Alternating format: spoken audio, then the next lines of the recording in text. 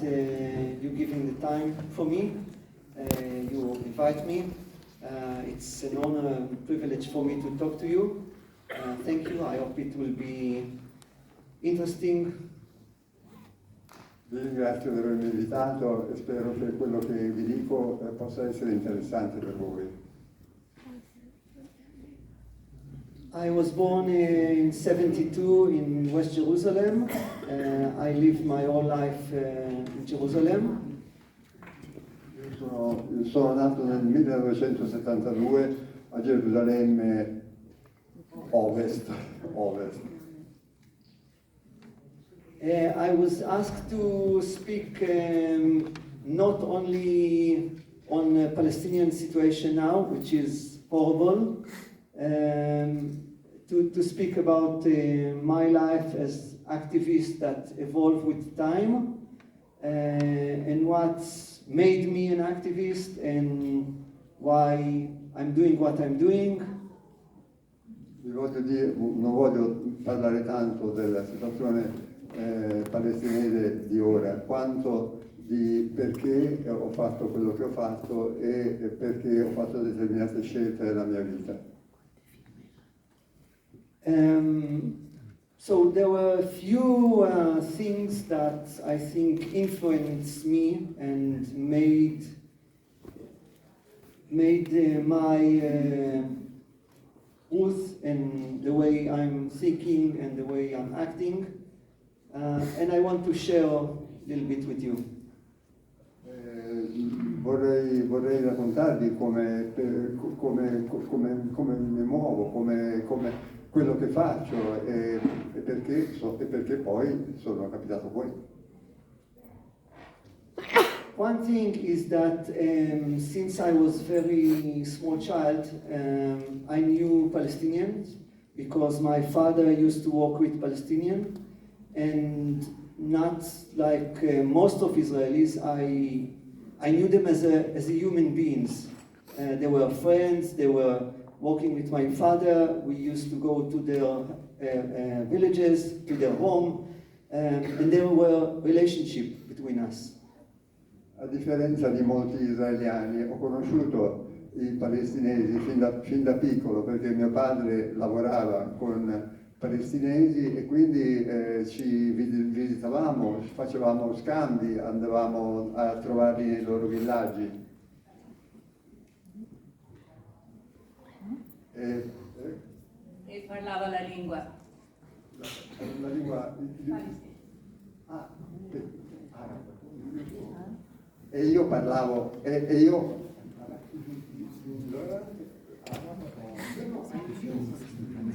I knew them as a person, as a human being. Ho conosciuto i palestinesi come esseri umani e non come vengono descritti ora.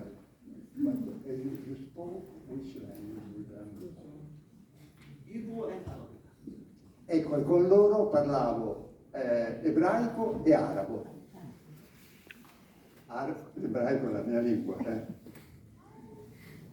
So throughout the years, I heard from them what it means to be a Palestinian, the way that the army treat them, about checkpoints, about raiding at night, about demolitions issues, about not able to do certain things, about being surveilled by the authorities of Israel.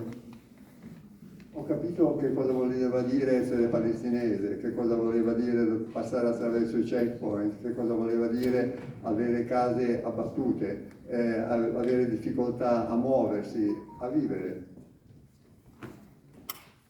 I think another thing that was very influenced me and was like some kind of turning point for me was the first Intifada, 87.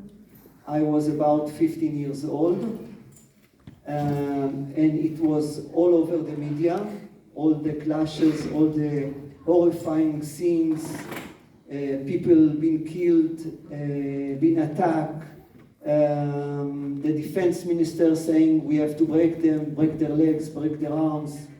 All of this was very, very, a very big part in my life, and I felt it very, very strongly.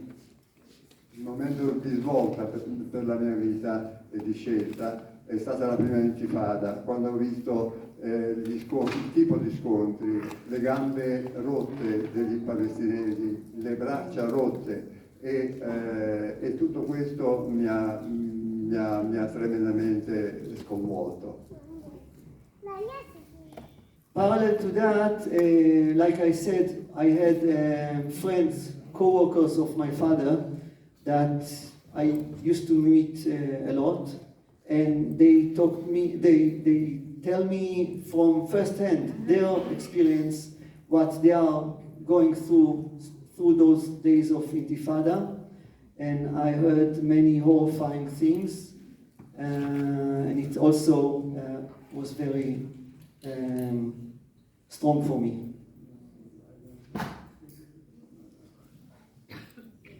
Tramite loro, che erano lavoratori di suo padre, lui capiva cosa stavano subendo in tutte le parti delle loro vite durante questo periodo. One thing that was struck me, like I said, it was very powerful and very meaningful for me, what is going on at the time of the first Intifada. And I started to ask myself questions, and I searched for answers. So I went to the National Library and I searched for historic books. And one thing that was really striking me was that I saw maps, historical maps of like the end of 19th century, and I saw that at the end of the 19th century there were like 15,000 Jewish people in the area of what is called Israel-Palestine, and about 350,000, like 22 multiplied times Palestinians. Cominciai a pormi delle domande durante la prima intifada e una necessità anche di approfondire e di capire. E allora andai alla Libreria Nazionale, alla Biblioteca Nazionale e cercai di approfondire conoscenze di carattere storico e mi accorsi che nel XIX secolo gli ebrei erano pochissimi in Palestina e la maggior parte erano invece arabi e che abitavano la Palestina. So I asked myself, how all of a sudden the people that been so little minority feel that it's all theirs. It's belong to them, the Jewish people. And it was really shocking for me. And I felt that something is wrong here. And I felt that I'm living a lie. I'm living in a lie, and something is very, very wrong going on. Mi chiesi allora com'è che gli ebrei chiamavano la Palestina terra loro, sulla base di quale diritto, e mi dissi a me stesso che c'era qualcosa di sbagliato in tutto questo. Another thing that was very influencing in my life was that my grandfather originally was born in Poland, in a town called Dubienka, and he was a Holocaust survivor, and I was his first grandchild, and he used to tell me like a million stories about the Holocaust, how he ran away, how he see the dead in his life, and he had to escape, and how we even stole food in order to survive. Mio nonno era un sopravvissuto dell'Olocausto polacco e mi raccontò come dovevano sopravvivere e rubare il cibo.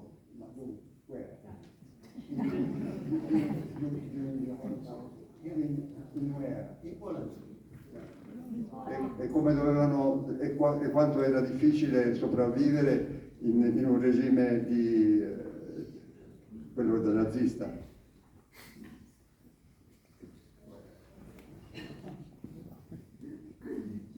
And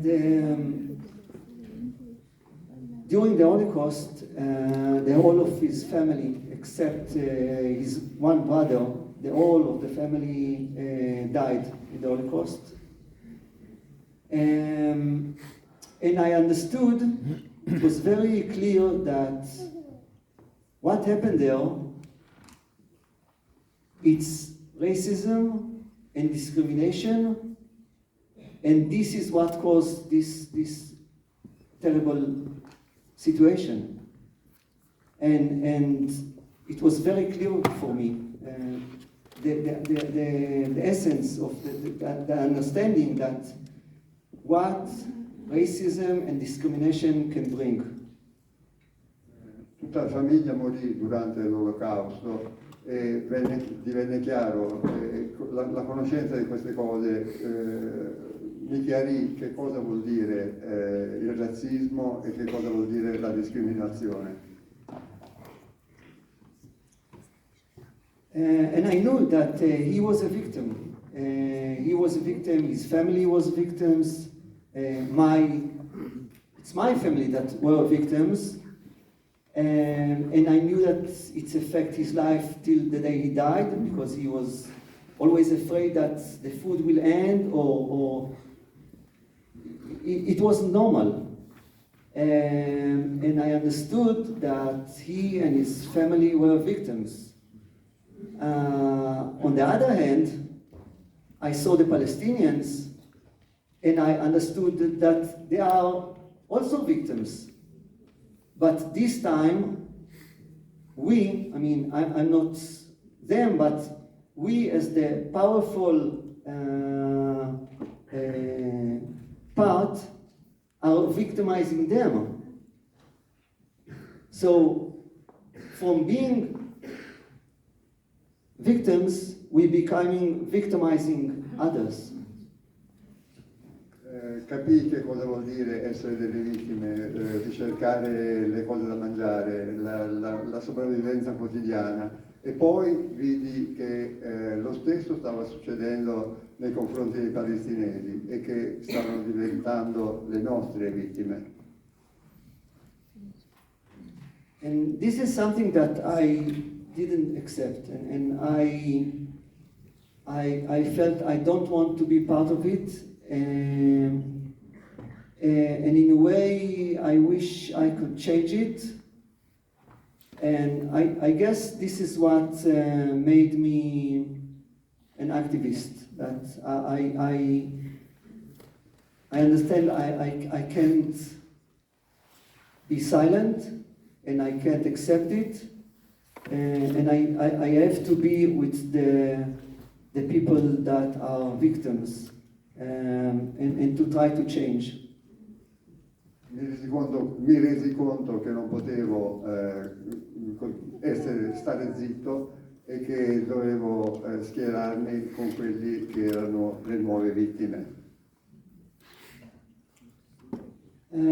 For many years also during high school and I was very isolated with my views. I didn't know anyone that thought, I thought I'm the only one in the world that's thinking like this. And I got many clashes, both at home and the other more bigger family circles, and also in school. People saw it as very, very wrong, my views. durante le scuole superiori venivo isolato, mi sentivo isolato per le mie posizioni e molti studi dovetti farmeli a casa mia. Fortunately, in the battle in Sheikh Jarrah, East Jerusalem neighborhood, began at the end of 2009, and I heard about it. I heard about it in the media, and I wanted to go there. But I was very afraid because I heard about people being arrested and clashes, and I was very afraid.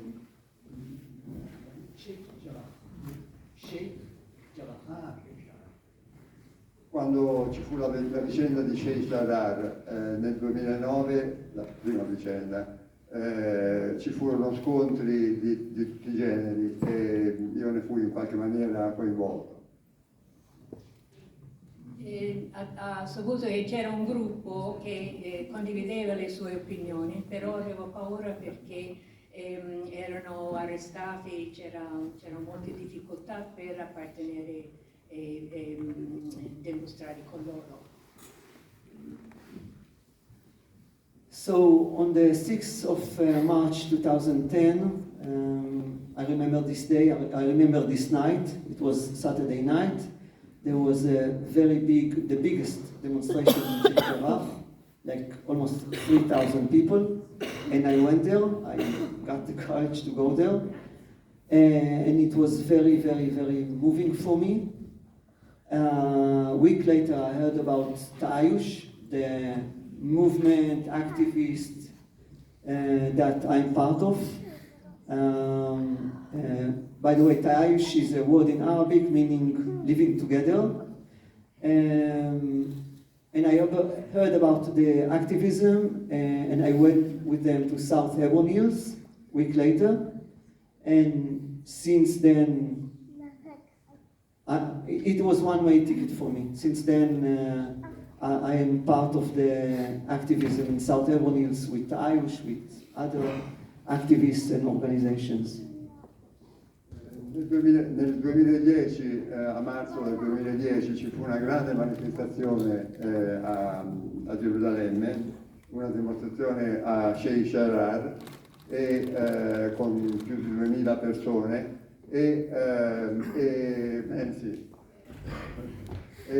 dopo questa manifestazione io mi sono... Ha saputo di questo gruppo Taish a cui appartiene ancora oggi ed è attivo in questo gruppo qui.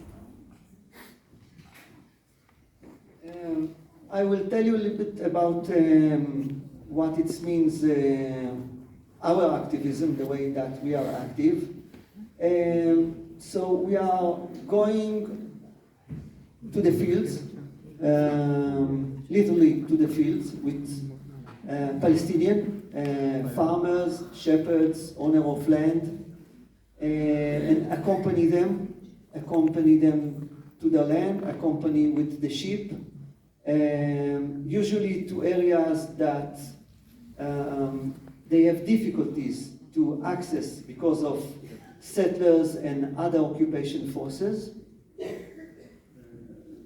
Con questo gruppo noi andiamo ad aiutare i contadini palestinesi, andiamo nei campi, li accompagniamo per proteggerli dalle incursioni. Incursioni dei coloni. We are also dealing with other unfortunate situation on the ground, like demolition, that confiscation, people being attacked, people being arrested. We are trying to be there. We are trying to help people as much as we can. We have very long-term relationship with communities, especially in South Hebron Hills. Noi cerchiamo di proteggere i contadini, stiamo con loro, cerchiamo di difenderli e dagli arresti e dalle demolizioni. The last few years, things got much worse. There was a few turning points. One of them is, for example, the nomination of Trump, which gave huge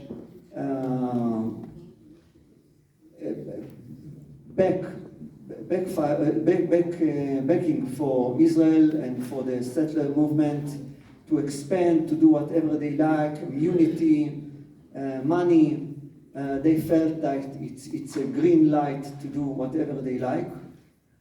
Another phenomenon that happened the last few years is the expansion of settlements and outposts, in particular herding farms, herding settler outposts. They understood that in order to grab more and more land and to chase away Palestinians from their land, the most effective thing is to create outposts, farms, herding farms, and to go with the sheep and to chase away and attack Palestinians and displace them from the land. And another step is what is happening since the 7th of October. Negli ultimi 2 anni le cose si sono fortemente aggravate, l'aggressività dei coloni è diventata peggiore, con attacchi violenti, portando le loro pecore a pascolare sui terreni palestinesi disseminando la Cisgiordania di nuovi outpost, di nuovi insediamenti.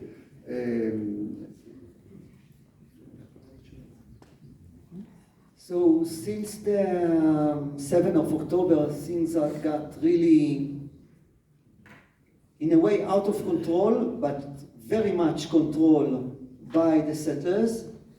They were given,